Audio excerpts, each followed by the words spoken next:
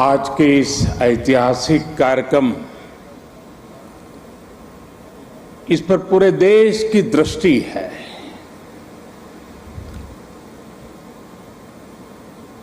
सभी देशवासी इस समय इस कार्यक्रम से जुड़े हुए हैं। मैं इस ऐतिहासिक क्षण के साक्षी बन रहे सभी देशवासियों का हृदय से स्वागत करता हूं, अभिनंदन करता हूं। इस ऐतिहासिक क्षण में मेरे साथ मंत्रिमंडल के मेरे साथी श्री हरदीप पुरी जी, किशन रेड्डी जी, अर्जुन राम मेघवाल जी, मीनाक्षी लेखी जी, कौशल किशोर जी आज मेरे साथ मंच पर उपस्थित हैं। देश के अनेक गणमान्य अतिथिगण वे भी आज यहां उपस्थित है। साथियों, आजादी के अमृत महोत्सव में देश को आज एक नई प्रेरणा मिली है, नई ऊर्जा मिली है। आज हम गुजरे हुए कल को छोड़कर आने वाले कल की तस्वीर में नए रंग भर रहे हैं। आज जो हर तरफ ये नई आभा दिख रही है, वो नए भारत के आत्मविश्वास की आभा है। गुलामी का प्रतीक किंग्स वे यानी राजपथ आज से इतिहास की बात हो गया है, हमेशा के लिए मिट गया है। आज कर्तव्य पथ के रूप में नए इतिहास का सृजन हुआ है। मैं सभी देशवासियों को आजादी के इस अमृत काल में गुलामी की एक और पहचान से मुक्ति के लिए बहुत बहुत बधाई देता हूं। साथियों, आज इंडिया गेट के समीप हमारे राष्ट्र नायक नेताजी सुभाष चंद्र बोस की विशाल प्रतिमा भी, मूर्ति भी स्थापित हुई है। गुलामी के समय यहां ब्रिटिश राज सत्ता के प्रतिनिधि की प्रतिमा लगी हुई थी। आज देश ने उसी स्थान पर नेताजी की मूर्ति की स्थापना करके आधुनिक और सशक्त भारत की प्राण प्रतिष्ठा भी कर दी है। वाकई ये अवसर ऐतिहासिक है, ये अवसर अभूतपूर्व है। हम सभी का सौभाग्य है कि हम आज का ये दिन देख रहे हैं, इसके साक्षी बन रहे हैं। साथियों, सुभाष चंद्र बोस ऐसे महामानव थे जो पद और संसाधनों की चुनौती से परे थे। उनकी स्वीकार्यता ऐसी थी कि पूरा विश्व उन्हें नेता मानता था। उनमें साहस था, स्वाभिमान था, उनके पास विचार थे, विजन था, उनके नेतृत्व की क्षमता थी, नीतियां थी। नेताजी सुभाष कहा करते थे, भारत वो देश नहीं जो अपने गौरवमयी इतिहास को भुला दे। भारत का गौरवमयी इतिहास हर भारतीय के खून में है, उसकी परंपराओं में है। नेताजी सुभाष भारत की विरासत पर गर्व करते थे और भारत को जल्द से जल्द आधुनिक भी बनाना चाहते थे। अगर आजादी के बाद हमारा भारत सुभाष बाबू की राह पर चला होता तो आज देश कितनी ऊंचाइयों पर होता। लेकिन दुर्भाग्य से आजादी के बाद हमारे इस महान नायक को भुला दिया गया। उनके विचारों को, उनसे जुड़े प्रतीकों तक को नजरअंदाज कर दिया गया। सुभाष बाबू के 125वें जयंती वर्ष के आयोजन के अवसर पर मुझे कोलकाता में उनके घर जाने का सौभाग्य मिला था। नेताजी से जुड़े स्थान पर उनकी जो अनंत ऊर्जा थी, मैंने उसे महसूस किया। आज देश का प्रयास है कि नेताजी की वो ऊर्जा देश का पथ प्रदर्शन करे। कर्तव्य पथ पर नेताजी की प्रतिभा इसका माध्यम बनेगी। देश की नीतियों और निर्णयों में सुभाष बाबू की छाप रहे, ये प्रतिमा इसके लिए प्रेरणा स्रोत बनेगी। भाइयों और बहनों, पिछले 8 वर्षों में हमने एक के बाद एक ऐसे कितने ही निर्णय लिए हैं जिन पर नेताजी के आदर्शों और सपनों की छाप है। नेताजी सुभाष अखंड भारत के पहले प्रधान थे जिन्होंने 1947 से भी पहले अंडमान को आजाद कराकर तिरंगा फहराया था। उस वक्त उन्होंने कल्पना की थी कि लाल किले पर तिरंगा फहराने की क्या अनुभूति होगी। इस अनुभूति का साक्षात्कार मैंने स्वयं किया जब मुझे आजाद हिंद सरकार के 75 वर्ष होने पर लाल किले पर तिरंगा फहराने का सौभाग्य मिला। हमारी ही सरकार के प्रयास से लाल किले में नेताजी और आजाद हिंद फौज से जुड़ा म्यूजियम भी बनाया गया है। साथियों, मैं वो दिन भूल नहीं सकता जब 2019 में गणतंत्र दिवस की परेड में आजाद हिंद फौज के सिपाहियों ने भी हिस्सा लिया था। इस सम्मान का उन्हें दशकों से इंतजार था। अंडमान में जिस स्थान पर नेताजी ने तिरंगा फहराया था, मुझे वहां भी जाना था।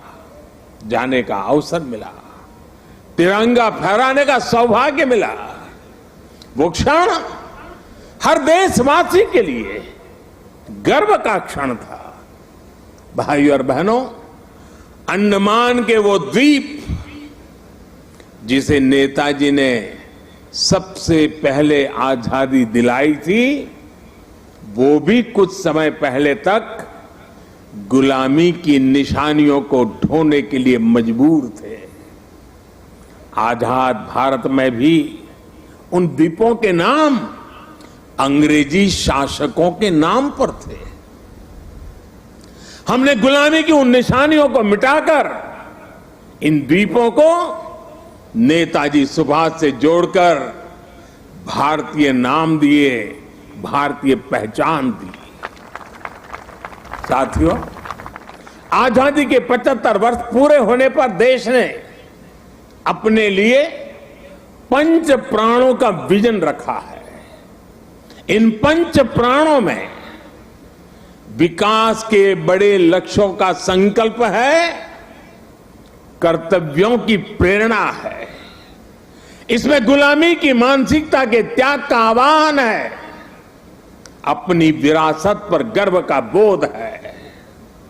आज भारत के आदर्श अपने हैं, आयाम अपने हैं, आज भारत के संकल्प अपने हैं, लक्ष्य अपने हैं। आज हमारे पथ अपने हैं, हमारे प्रतीक अपने हैं। और साथियों, आज अगर राजपथ का अस्तित्व समाप्त होकर कर्तव्य पथ बना है, आज अगर जॉर्ज पंचम की मूर्ति के निशान को हटाकर नेताजी की मूर्ति लगी है, तो ये गुलामी की मानसिकता के परित्याग का पहला उदाहरण नहीं है।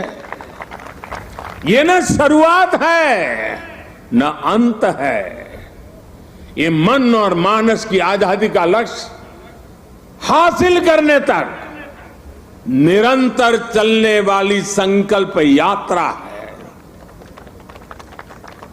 देश के प्रधानमंत्री जहां रहते आए हैं, उस जगह का नाम रेसकोर्स रोड से बदलकर लोक कल्याण मार्ग हो चुका है। हमारे गणतंत्र दिवस समारोह में अब भारतीय वाद्य यंत्रों की भी गूंज सुनाई देती है।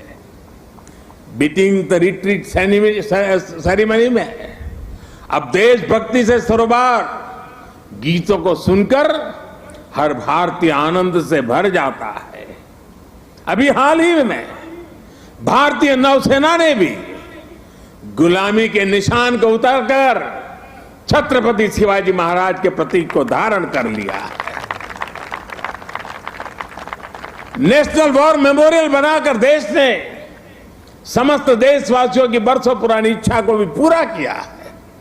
साथियों, ये बदलाव केवल प्रतीकों तक ही सीमित नहीं है। ये बदलाव देश की नीतियों का भी हिस्सा बन चुका है। आज देश अंग्रेजों के जमाने से चले आ रहे सैकड़ों कानूनों को बदल चुका है। भारतीय बजट जो इतने दशकों से ब्रिटिश संसद के समय का अनुसरण कर रहा था, उसका समय और तारीख भी बदल गई है। राष्ट्रीय शिक्षा नीति के जरिए अब विदेशी भाषा की मजबूरी से भी देश के युवाओं को आजाद किया जा रहा है। यानी आज देश का विचार और देश का व्यवहार दोनों गुलामी की मानसिकता से मुक्त हो रहे हैं। ये मुक्ति हमें विकसित भारत के लक्ष्य तक लेकर के जाएगी। साथियों, महाकवि भरतियार ने भारत की महानता को लेकर तमिल भाषा में बहुत ही सुंदर कविता लिखी थी। इस कविता का शीर्षक है पारुकुलई नल्ल नाइंगल भारत नाड़। महाकवि भरतियार की ये कविता हर भारतीय को गर्व से भर देने वाली है। उनकी कविता का अर्थ है, हमारा देश भारत पूरे विश्व में सबसे महान है। ज्ञान में, अध्यात्म में, गरिमा में, अन्नदान में, संगीत में, शाश्वत कविताओं में हमारा देश भारत पूरे विश्व में सबसे महान है।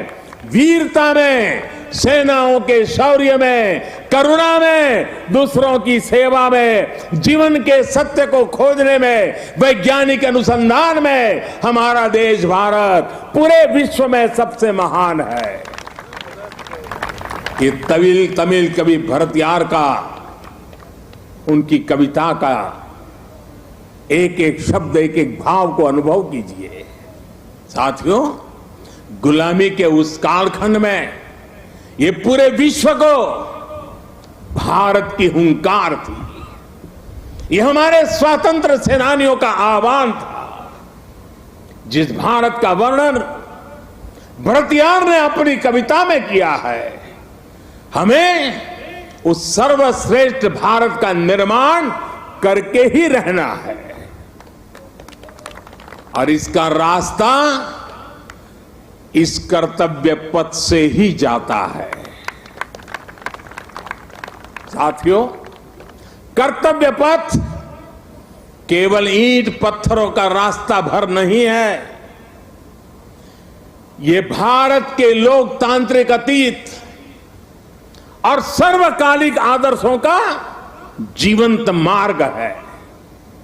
यहां जब देश के लोग आएंगे, वो नेताजी की प्रतिमा, नेशनल वॉर मेमोरियल, ये सब उन्हें कितनी बड़ी प्रेरणा देंगे। उन्हें कर्तव्य बोध से ओतप्रोत करेंगे। इसी स्थान पर देश की सरकार काम कर रही है। आप कल्पना करिए, देश ने जिन्हें जनता की सेवा का दायित्व सौंपा हो, उन्हें राजपथ जनता का सेवक होने का एहसास कैसे कराता? अगर पथ ही राजपथ हो तो यात्रा लोकमुखी कैसे होगी? राजपथ ब्रिटिश राज के लिए था, जिनके लिए भारत के लोग गुलाम थे। राजपथ की भावना भी गुलामी का प्रतीक थी, उसकी संरचना भी गुलामी का प्रतीक थी। आज इसका आर्किटेक्चर भी बदला है और उसकी आत्मा भी बदली है। अब देश के सांसद, मंत्री, अधिकारी जब इस पथ से गुजरेंगे तो उन्हें कर्तव्य पथ से देश के प्रति कर्तव्यों का बोध होगा।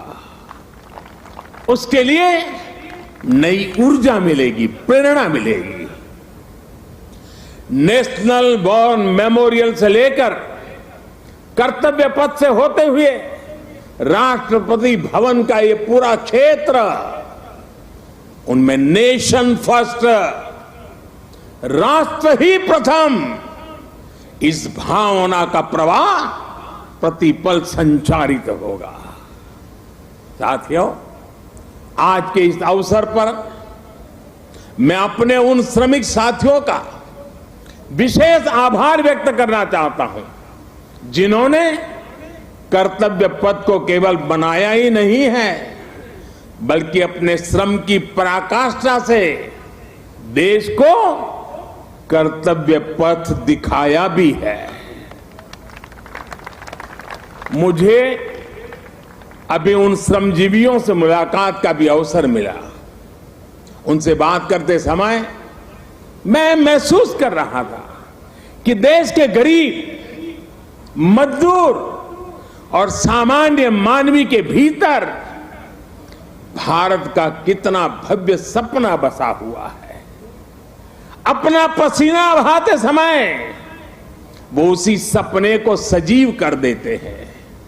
और आज जब मैं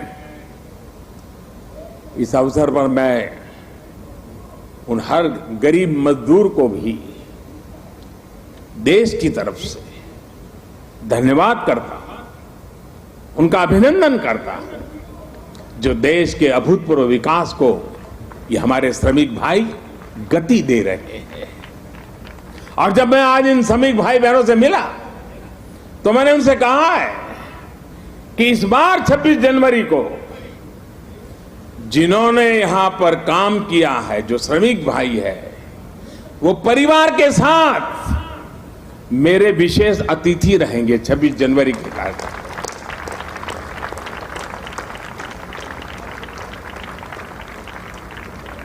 मुझे संतोष है कि नए भारत में आज श्रम और श्रमजीवियों के सम्मान की एक संस्कृति बन रही है, एक परंपरा पुनर्जीवित हो रही है।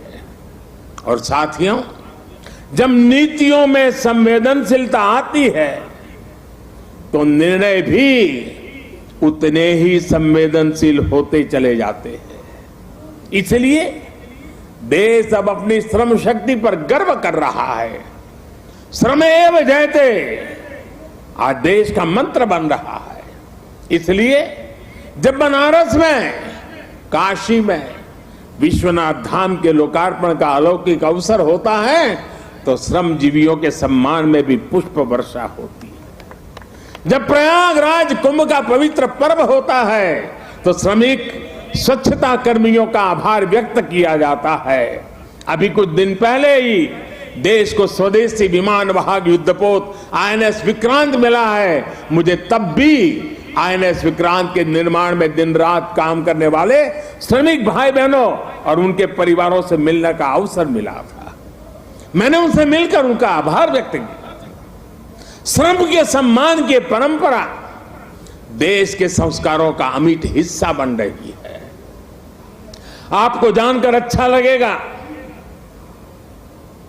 कि नई संसद के निर्माण के बाद उसमें काम करने वाले श्रमिकों को भी एक विशेष गैलरी में स्थान दिया जाएगा। ये गैलरी आने वाली पीढ़ियों को भी ये याद दिलाएगी कि लोकतंत्र की नींव में एक और संविधान है तो दूसरी ओर श्रमिकों का योगदान भी है। यही प्रेरणा हर एक देशवासी को एक कर्तव्य पथ भी देगा। यही प्रेरणा श्रम से सफलता का मार्ग प्रशस्त करेगी। साथियों, हमारे व्यवहार में, हमारे संसाधनों में, हमारे साधनों में, हमारे इंफ्रास्ट्रक्चर में आधुनिकता का इस अमृतकाल का प्रमुख लक्ष्य है। और साथियों, जब हम इंफ्रास्ट्रक्चर की बात करते हैं तो अधिकतर लोगों के मन में पहली तस्वीर सड़कों या फ्लाईओवर की हो जाती है। लेकिन आधुनिक होते भारत में इंफ्रास्ट्रक्चर का विस्तार उससे भी बहुत बड़ा है, उसके बहुत पहलू है। आज Bharat social infrastructure, transport infrastructure, digital infrastructure के साथ ही कल्चरल इंफ्रास्ट्रक्चर पर भी उतनी ही तेजी से काम कर रहा है। मैं आपको सोशल इंफ्रास्ट्रक्चर का उदाहरण देता हूं। आज देश में एम्स की संख्या पहले के मुकाबले 3 गुना हो चुकी है। मेडिकल कॉलेजों की संख्या में भी 50% की वृद्धि हुई है। ये दिखाता है कि भारत आज अपने नागरिकों के स्वास्थ्य को बेहतर बनाने के लिए, उन्हें मेडिकल की आधुनिक सुविधाएं पहुंचाने के लिए किस तरह काम कर रहा है। आज देश में नई IITs, ट्रिपल IT, वैज्ञानिक संस्थाओं का आधुनिक नेटवर्क लगातार विस्तार किया जा रहा है, तैयार किया जा रहा है। बीते 3 वर्षों में 6.5 करोड़ से ज्यादा ग्रामीण घरों को पाइप से पानी की सप्लाई सुनिश्चित की गई है। आज देश के हर जिले में 75 अमृत सरोवर बनाने का महाअभियान भी चल रहा है। भारत का ये सोशल इंफ्रास्ट्रक्चर सामाजिक न्याय को और समृद्ध कर रहा है। साथियों, ट्रांसपोर्ट इंफ्रास्ट्रक्चर के विकास पर आज भारत जितना काम कर रहा है उतना पहले कभी नहीं हुआ। आज एक तरफ देश भर में ग्रामीण सड़कों का निर्माण हो रहा है तो वहीं रिकॉर्ड संख्या में आधुनिक एक्सप्रेसवे बनाए जा रहे हैं। आज देश में तेजी से रेलवे का इलेक्ट्रिफिकेशन हो रहा है तो उतने ही तेजी से अलग अलग शहरों में मेट्रो का भी विस्तार हो रहा है। आज देश में अनेकों नए एयरपोर्ट बनाए जा रहे हैं तो वाटरवे की संख्या में भी अभूतपूर्व वृद्धि की जा रही है। डिजिटल इंफ्रास्ट्रक्चर के निर्माण में तो भारत आज पूरे विश्व के अग्रणी देशों में अपनी जगह बना चुका है। 1.5 लाख से ज्यादा पंचायतों तक ऑप्टिकल फाइबर पहुंचाना हो, डिजिटल पेमेंट के नए रिकॉर्ड हो, भारत की डिजिटल प्रगति की चर्चा पूरी दुनिया में हो रही है। भाई और बहनों, इंफ्रास्ट्रक्चर के इन कार्यों के बीच भारत में कल्चरल इंफ्रास्ट्रक्चर पर जो काम किया गया है उसकी उतनी चर्चा नहीं हो पाई है। प्रसाद स्कीम के तहत देश के अनेकों तीर्थ स्थलों का पुनरुद्धार किया जा रहा है। काशी, केदारनाथ, सोमनाथ से लेकर करतारपुर साहिब कॉरिडोर तक के लिए जो कार्य हुआ है वो अभूतपूर्व है। और साथियों, जब हम कल्चरल इंफ्रास्ट्रक्चर की बात करते हैं तो उसका मतलब सिर्फ आस्था की जगहों से जुड़ा इंफ्रास्ट्रक्चर ही नहीं है। इंफ्रास्ट्रक्चर जो हमारे इतिहास से जुड़ा हुआ हो, जो हमारे राष्ट्र नायक और राष्ट्र नायिकाओं से जुड़ा हुआ हो, जो हमारी विरासत से जुड़ा हो, उसका भी उतना ही तत्परता से निर्माण किया जा रहा है। सरदार पटेल की स्टैच्यू ऑफ यूनिटी हो या फिर आदिवासी स्वतंत्रता सेनानियों को समर्पित म्यूजियम, पीएम म्यूजियम हो या फिर बाबा Saheb Ambedkar memorial, national war memorial हो या फिर नेशनल पुलिस मेमोरियल, ये कल्चरल इंफ्रास्ट्रक्चर के उदाहरण है। ये परिभाषित करते हैं कि एक राष्ट्र के तौर पर हमारी संस्कृति क्या है, हमारे मूल्य क्या है और कैसे हम इन्हें सहज रहे हैं। एक आकांक्षी Bharat social infrastructure, transport infrastructure, digital infrastructure के साथ ही कल्चरल इंफ्रास्ट्रक्चर को गति देते हुए तेज प्रगति कर सकता है। मुझे खुशी है कि आज कर्तव्य पथ के रूप में देश को कल्चरल इंफ्रास्ट्रक्चर का एक और बेहतरीन उदाहरण मिल रहा है। आर्किटेक्चर से लेकर के आदर्शों तक आपको यहां भारतीय संस्कृति के दर्शन भी होंगे और बहुत कुछ सीखने को भी मिलेगा। मैं देश के हर नागरिक का आह्वान करता हूं, आप सभी को आमंत्रण देता हूं, आइए इस नवनिर्मित कर्तव्य पथ को आकर देखिए। इस निर्माण में आपको भविष्य का भारत नजर आएगा। यहां की ऊर्जा आपको हमारे विराट राष्ट्र के लिए एक नया विजन देगी, एक नया विश्वास देगी।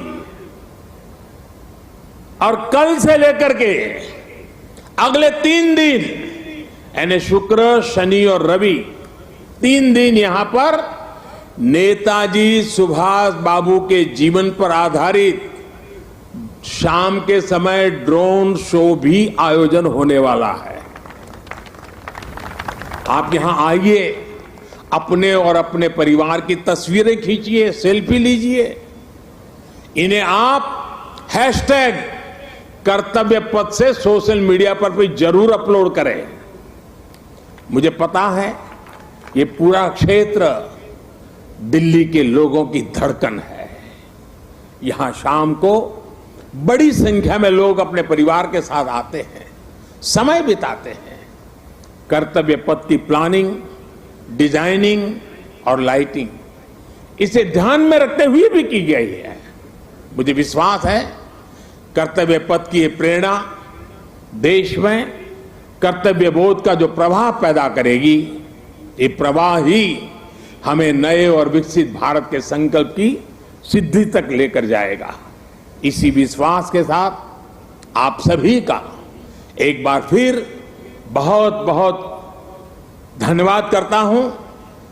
मेरे साथ बोलेंगे, मैं कहूंगा नेताजी, आप बोलिए अमर रहे, अमर रहे। नेताजी, नेताजी, नेताजी। भारत माता की, भारत माता की। वंदे वंदे वंदे। बहुत बहुत धन्यवाद।